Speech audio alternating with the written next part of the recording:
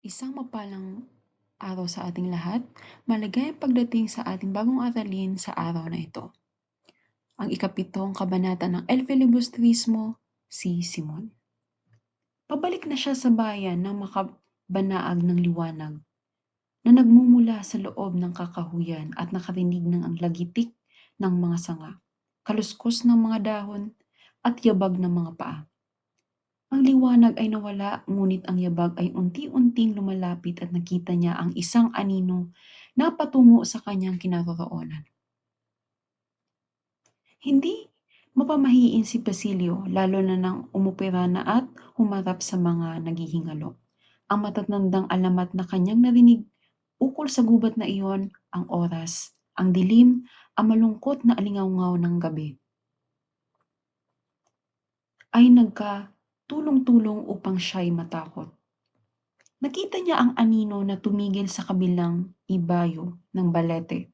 Kinuha nito sa loob ng kanyang damit ang isang maliwanag na lenteng inilapag sa lupa, na siyang tumanglaw sa isang pares na sapatos na pangabayo. Ang katawan ay nababalot ng dilim, may kinakapa sa kanyang mga bulsa, pagkatapos ay inilabas ang talim ng isang asarol. Ikinaha sa dulo ng kanyang tungkod. Sa malaking pagtataka ay nakilala ito ni Basilio, ang mag-aalahas na si Simon. Humukay sa lupa ang mag-aalahas at paminsan-minsay nagliliwanagan ng lente ang kanyang mukha na ngayon wala ng salaming kulay bughaw na nakapagbalat kayo sa kanya. Kinalabutan si Basilio sapagkat iyon ang taong tumulong sa paglilibing sa kanyang ina, may 13 taon na ang nakararaan. Ngayon ay tumanda at pumayat ito ng kaunti. Pumuti na ang buhok, may bigote at malungkot ang anyo. Tila nararamdaman niya ang init ng siga, ang gutom, ang panlulupaypay, ang amoy ng lupang hinuhukay. Ang natuklasan niyang lihim ay nagpapagulo sa kanyang pag-iisip. Ang mag-aalahas na si Simon na pinagkakamalang Indyong Ingles, Portuges, Amerikanong mulato, Kardinal Moreno, kagalang-galang na itim at espiritong masama ng Kapitan General na gaya ng tawag ng iba ay ang taong tumulong sa kanya noon. Sino ngayon ang Ibarra? Ang buhay o ang patay? Ang patay na tao ay may 2 sugat na tama marahil ng baril. Ayon sa kanyang nalaman at nabasa, sanhi sa pagtugis sa kanyang salawa, ito ay si Ibarra. Ang patay ay maaaring si Ibarra na nagtungo roon upang sa libingan ng kanyang mga ninuno mamatay at mabaon. At ang kanyang nais na masunog sa ibabaw ng siga ay ugali sa Europa. Sino kaya ang isa? Ang buhay? Ang mag-aalahas na si Simon, na noong panahon iyon ay mukhang kawawa. Datapwat ngayong bumalik ay sagana sa ginto at kaibigan ng mga may kapangyarihan? May natatagong hiwaga kaya nagpasya siyang liwanagan ito. Patuloy sa paghukay si Simon sa lupa. Napansin ni Basilio na wala na ang dating lakas nito. Nangihina na ito at humihingal. Sa takot ni Basilio na makita sa pangungubli, ay ipinasyang lumantad na. Kaya tumindig sa kinaupuan at mahinahong nagsalita. Matutulungan ko ba po kayo, Ginoo? Biglang inuunat ni Simon ang katawan. Lumundag na animoy isang tigre. Binunot ang baril at namumutlang tinutukan si Basilio. 13 taon na po ngayon nang ating ilibing ang aking ina sa buok ding ito, at ikinaliligaya ko kung ako'y makaganti naman sa inyo. Ikinasa ng lalaki ang baril at itinanong kung siya ba'y kakilala nito. Sinagot naman ito ni Basilio. Isang taong ipinalalagay kong napakadakila, ang tugon ni Basilio, na kinikilabutan at inaakalang ito na ang kanyang huling sandali. Isang taong pinalalagay ng lahat ng patay na at ang kanyang mga kasawian ay dinaramdam ko rin. Isang lubos na katahimikan ang sumunod sa kanya. Ipinatong ang kamay sa balikat at nagsalita sa nanginginig na tinig. Basilio, nakababatid ka ng isang lihim na maaaring ikasawi ko. At ngayon nakatuklas ng isa pa, na kung mabunyag ay makasisira sa aking layunin, kaya't ang buo kong buhay ay nasa kamay mo. Dapat sana ipatayin kita upang manatili ang lihim ko. Mainam na pagkakataon ito. Walang nakababatid ng aking pagpunta rito, ako ay may sandata, hindi makapagtatanggol, ang iyong kamatayan ay maaaring ipaghinala sa mga tulisan.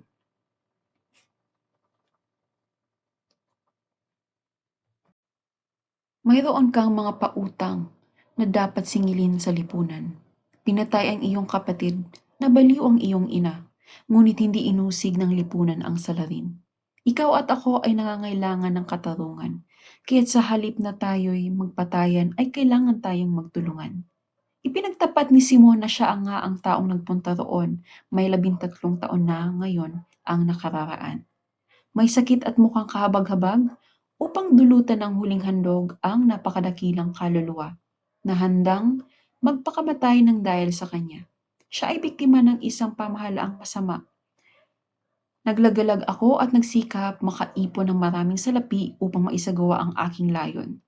Nagbalik upang ibagsak ang masamang pamahalaan, padaliin ang kanyang pagkasira kahit na dumana ang maraming luwa't dugo.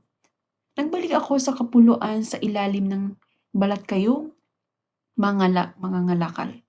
Ang lahat ng bayan ay aking napuntahan. Sa tulong ng aking salapi ay nabuksan sa akin ang landas.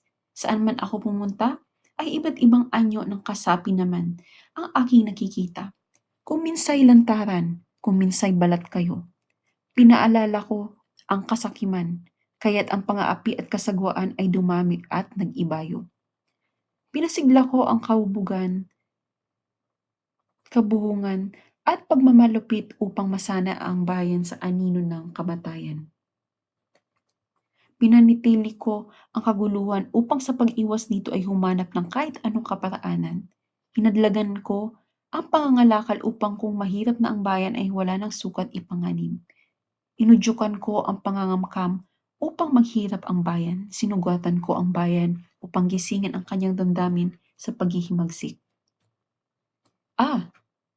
Mga kabataan na walang karanasan at mapangarapin, hinihiningi ninyo ang pagkakapantay-pantay ng karapatan, ang pagtutulad sa Kastila ng inyong pag-ugali, at hindi ninyo napapansin ang hinihingi ninyo'y kamatayang gigiba ng inyong lahi at wawasak sa inyong lupang tinubuan. Ano naman kayo sa hinaharap? Bayang walang lakas ng loob? Bansang walang kalayaan? Hinihiram ninyo ang lahat, pati na ang inyong sariling mga kasiraan.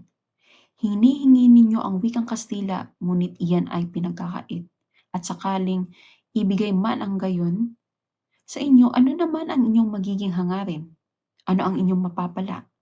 Maligaya na kayo kapag naging bayan ng paghimagsik, labanan ng mga magkakababayan? Ano ang kahulugan ng inyong nilalakad na pagtuturo ng wikang Kastila? Isang hangarin kung hindi man nakatatawa pa ang isang wika sa may mahigit ng 40 ginagamit. Sa lupaing ito, upang lalo nang hindi kayo magkaintindihan? Hindi po, ang tugon ni Basilio. Kung dahil sa wikang Kastila ay mapapalapit tayo sa pamahalaan, magiging sanhi ito ng paglalapit-lapit ng mga pulo. Isang pagkakamali ang sigaw ni Simon. Nagpadaya kayo sa matatamis na pangungusap at hindi ninyo sinusuri ang tunay na bungang matatamo ninyo.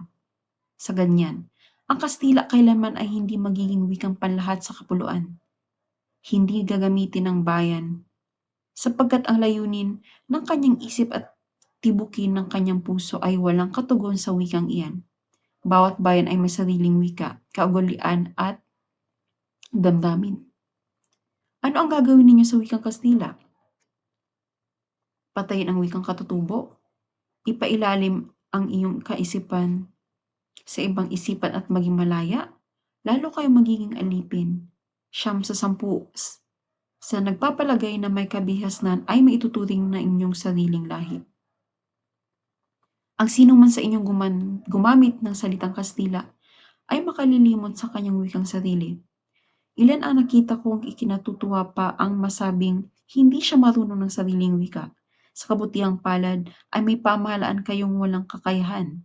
Ang Russia sa pang-aalipin sa Polonyo ay ipinipilit ang salitang Ruso. Ipinagbawal ng mga aliman ang salitang Pranses sa mga lupaing kanyang nasasakop. Ang pamahalaan naman ninyo'y nagsusumikap na pamalagiin ang inyong wika at kayo. Bayang kahanga-hanga sa ilalim ng isang mapamahalaang hindi nauunawaan. Ang nagsusumakit na alisin sa inyo ang sariling pagkabansa. Nakalimutan ng isa't isa sa inyo ang sariling pagkabansa. Nalilimutan ng isa't isa sa inyo na samantalang ang isang bayan ay nag-iingat ng kanyang wika ay angkin niya, ang sagisag ng kalayaan. Katulad din naman ng pag-aangkin ng tao ng kanyang sarili. Ang wika ay siyang diwa ng bayan. Salamat at ang inyong pagsasarili ay nagtitiyak na ang damdamin ng mga tao ang siyang gabay sa kanya. Tahimik na tahimik sa Basilio na nakayukong nakikinig, nagpatuloy si Simon. Nasaksihan ko nang simulan ang kilusang alam kong sa mga kabataang iyan ay may mga kaisipan at pusong sumusunod lamang sa pagpapasakit sa isang bagay na pinaniniwala ang mabuti. Ngunit sa katotohanan ay nakagagawa ng laban sa kanila ring tinubo ang lupa. Makailan kong hangarin na makausap kayong mga kabataan, alisin ang pagbabalat kayo at ipakilala ang inyong pagkakamali. Dahil sa pagkilala sa akin, nang maaaring masamain ang aking mga payo at magbunga ng laban sa aking akala. Makailang binala kong lapitan ang iyong makaraig, ang inyong isagani, kung minsan naisip kong sila'y patayin, lipulin. Iyan ang dahilan kung bakit ikaw, Basilio, ay pagbabayaan kong mabuhay. At matataya naman ako sa panganib dahil sa kawalang ingay, balang araw ay sabihin mo kung sino ako. Batid mo ang hirap kong tiniis. Hindi ka kabilang sa karamihan na ang tingin sa mag-aalahas na si Simon ay isang manloloko na nag-uutos sa mga may kapangyarihan sa gawang pang-aapi upang ang mga nasasawi bumili sa kanya ng hiyas. Ako'y isang hukom na nagnanasang labanan ang pamahalaan sa pamamagitan ng kunway pagpuri sa kanyang mga ginagawa. Kinakailangan ko ang inyong tulong. Gamitin mo ang iyong lakas sa mga kabataan upang kalabanin ang kanilang mga lihis na akala, pagpulot ng ugaling Kastila na hindi kanila. Sa landasing iyan, ang pagiging isang masamang huwad lamang ang matatamo at nararapat na ang bayan ay lumingap sa lalong mataas. Isang kabaliwan ang akitin ang pag-iisip ng mga namamahala. Mayroon na silang takdang balak, may piring ang mga mata at tukod saang gayon ay isang pag-aaksayan ng panahon, ay dinaraya pa ninyo ang bayan sa mga pag-asang hindi mangyayari at nakatutulong pa kayo upang yumuko sa harap ng aapi.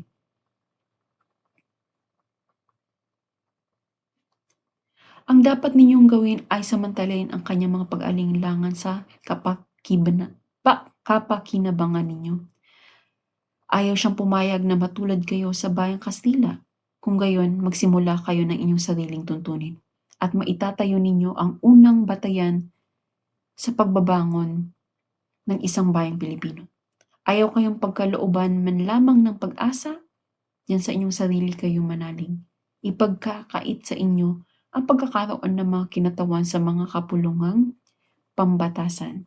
Lalong mainam kahit kayo makapagdala ng mga kinatawang halal ng gayon sa inyong hangad.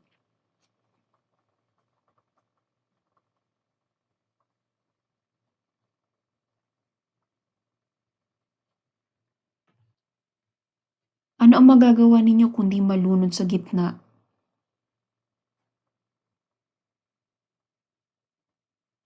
ng maraming tinig at sang-ayunan ang mga kapasalangan at kamali ang gagawin. Kaunti ang mga karapatang ipinagkaloob sa inyo at higit namang malaki ang inyong karapatan sa pagbawi ng pasanin. Kung ayaw ituro sa inyo ang kanilang wika ay pag-aralan ninyo at iyong palaganapin, bayaang mamalagi sa bayan ang sarili sa paghahangad ng maging isang lalawigan.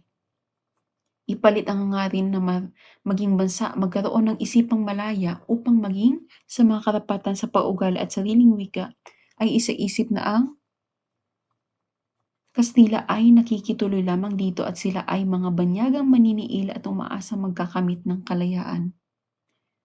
Iyan ang dahilan kung bakit ikaw ay nais kong mabuhay pa. Ginoo, ang iyong pagtitiwala sa akin ay napakalaki upang huwag akong magtapat at ang hinihiling ninyo sa akin ay makakaya ko. Hindi ako politiko at kung nalagpasan ang kahilingan sa pagtuturo ng wikang Kastila ay dahil lamang sa nakikita kong ito'y makatutulong sa aming pag-aaral at wala ng iba. Ang tanging hangad ko'y mapagaling lamang ang mga sakit na dinaramdam ng aking mga kababayan. Napangiti ang mag-aalahas. Ano ang mga karamdaman ng katawan kung itutulad sa mga kasamaan ng pag-uugali? Ano ang kamatayan ng isang tao kung itutulad sa kamatayan ng isang lipunan? Anong kabutihan ang ginagawa ninyo para sa bayang ito na pinagkautangan ninyo ng buhay? Hindi ba ninyo alam na ang walang kabuluhan ang buhay na hindi inuukol sa isang dakilang layunin? Hindi, hindi po Ginoo, ang mapagkumbabang tugon ni Basilio. Hindi po ako humalakip-kip. Gumagawa ako na katulad ng iba upang maitindig ang isang lahi sa pagkawasak. Maging anuman ang magagawang sigla ng aming kilusan, ay naniniwala din kaming kailangan ang paghahati-hati ng gawain kaya't pinili ko ang karunungan. Ang karunungan ay hindi yantungan ng tao, ang sagot ni Simon. Iyan ang adhikain ng lalong mabisang mga bansa. Ang karunungan ay walang katapusan. Ang tugon ng binatang nagkaroon ng sigla sa pagsasalita. Sa loob ng ilang daang taon, kapag matalino na ang katauhan, ay mahango na sa kasalukuyang kalagayan. Kapag wala ng mga lipi, kapag malayan ang lahat ng bayan, kapag wala ng busabos at bumubusabos, walang nang sumasakop at nagpapasakop, kapag ang katarungan ay siya nang namamayani at ang tao ay tinatawag ng mamamayan, wala na matitira maliban sa pananalig sa karunungan, pag-ibig sa bayan, at matutulad na lamang sa isang bulag na pananampalataya. At ang parangalan sa panahon ng pagmamahal sa sariling bayan ay ikukulong na parang mapanganib na may sakit o mapanlinlang sa lipunan. Si Simon ay napangiti ng buong lungkot. Tunay nga kailangang huwag magkaroon ng mga bayang manlulupig ni mga bayang busabos at maging malaya na ang mga tao saan man pumunta. Matutong gumalang sa karapatan ng iba at upang mangyari iyan kailangang dumanak ang maraming dugo. Limutin ang mga pangarap na hindi mangyayari. Tanging ang mga layuning uukol lamang sa mahihinang loob. Tumigil sa pagsasalita si Simon. Hindi niya nais ang pagiging malamig ni Basilio kaya binago ang salita. Ano ang ginagawa mo sa alaala ng iyong ina at kapatid? Sapat na bang pumarito ka taon-taon at umiyak na parang babae sa ibabaw ng libingan? At tumawa ng pakutiyak. Tumama ang paghamak, nagbago ang kulay ni Basilio, at lumapit ng isang hakbang. Ano ang ibig ninyong gawin ko? Ang tanong sa pagalit. Sa ganitong katayuang walang salapi at walang pangalan, matatamo ko ba ang katuwiran laban sa pumatay sa kanila? Masasawi at madudurog akong katulad ng isang pirasong bubog na inihagi sa isang batong buhay. Hindi mabuti ang pagpapaalala ninyo sa akin. Walang kabuluhang pagsaling sa sugat. Kung ikaw ay aking tutulungan, umiling sa Basilio at nag-isip, lahat ng pagtatagumpay ng katwiran, lahat ng paghiganti sa daigdig, ay hindi muling makabubuhay ni isang buhok ng aking ina o ng aking kapatid. Manahimik nawa sila. Ano ang mapapala ko kung sila'y aking ipaghiganti? Upang maiwasan ng iba ang iyong sinapit, ang ibig kong sabihin ay huwag nang maulit na magkaroon pa sa hinaharap ng mga kapatid na pinapatay at mga inang nababaliw sa mga tinanggap na parusa. Ang pagpapaumanhin ay hindi laging kabaitan. Ito'y kasamaang nag-uudyok ng paniningil. Walang mga alipin doon sa walang nagpapaalipin. Ang tao'y sadyang may kasamaan na kailanmay napapakalabis kapag nakatagpo ng mga sumasang-ayon. Katulad ng iyong iniisip ngayon ay siya ko ring iniisip noon, at batid mo kung ano ang aking sinapit. Ang lahat ng kasawian ay nagpapaalala sa iyo sa lahat ng sandali na ikaw ay naghihintay lamang ng isang mabuting pagkakataon na makapaghiganti. Sa araw na maaari ka nang ililigpit ka tulad ng ginawa nila sa akin. At hindi ka na pababayaang lumaki sapagkat kinatatakutan at kinamumuhian ka. Kamumuhian ako? Kamumuhian pagkatapos ng kasamaang ginawa nila sa akin? Ang pamanghang tanong ng binata. Napahalakak si Simon. Katutubo sa tao ang kamuhian ang kanilang inapi. Kung ibig mong masukat ang mga kaapihan o kabutihang ginagawa ng isang bayan sa kapwa niya bayan, ay sukat alamin mo kung ang bayang iyay kinususuklaman niya o iniibig. Sa ganyan maipaliliwanag ang ilang ginampanan dito, at matapos magsiuwi sa Espanya ay lumalait at umaalimura sa kanilang biktima. Kung ang daigdig ay tahimik sana at pinababayaan sa kanila ang kapangyarihan, kung wala akong ibang hinihingi maliban sa gumawa, hayaan ako mabuhay at magkaroon ng mga anak pagkatapos ng ilan sa pahirap. Ang patuloy ni Simon na kapakutiyang tinularan ang pagbigkas ni Basilio ng mga salita. Kay inam na kinabukasan ang inahanda mo sa kanila, at pasalamatan nila sa iyo ang isang kabuhayang pawang pagkaapi at paghihirap. Mabuti binata, kapag ang katawan ay hindi na kumikilos ay hindi na kailangan palakasin pa. 20 taong pagkaalipin at pamamanginoon ay lumika na ng isang nagbalantukang sugat na hindi magpapagaling sa isang araw na panggagamot. Ang mabubuti o masasamang kalooban ay minamana at nagpapasalin-salin sa bawat panahon. Mabuhay sana ang iyong mga panaginip, ang pangarap ng alipin na walang hiningi kundi kapirasong basahang maisasapin sa kanyang tanikala upang huwag kumalansing at huwag masugatan ang balat sa pagkakatali. Hinahangad ninyo isang munting tahanan at kaunting kalawagan, isang asawa at kaunting bigas. Nariyan ang isang lalaking kapit-haya sa Pilipinas. Kung ipagkakaloob sa inyong bagay na iyan, ipalagay ninyong kayo'y mapalad. Si Basilio na nahirati na sa pagtitiis sa bawat sabihin at maibigan ni Kapitan Tiago, ngayon nagulat ni Simon. Sa isang galaw ay napigil ni Simon ang kanyang sarili sa pagsasalita sapagkat na magmamadaling araw na. Gayunman binata, hindi ko pinabibiling itago mo ang aking lihim sapagkat alam kong ang pagkamalihim ay isa sa mabuting kaugaliang inyong taglay. Bukod sa ibigin mong ako ipagbili, ang unang paniniwalaan ay ang mag-aalahas na si Simon, ang kaibigan ng mga may kapangyarihan at ng mga pari, kaysa sa isang nag-aaral na si Basilio na pinaghihinalaan ng pilibustero dahil siya'y isang taga rito, natatangi at napapabantog at makatatagpo ng malakas na kaagaw. Kahit hindi ka handa sa aking hinihintay na pag-asa, sa araw na magbago ka ng paniniwala ay hanapin mo ako sa aking tahanan sa eskolta at paglilingkuran kita ng buong puso. Nagpasalamat si Basilio at lumayo. Ako nga'y kaya nagkamali, ang bulong ni Simon. Nang siya'y nag-iisa na, nag-aalinlangan kaya siya sa aking ulihim na binabalak ang kanyang paghiganti at hindi lamang maipagtapat.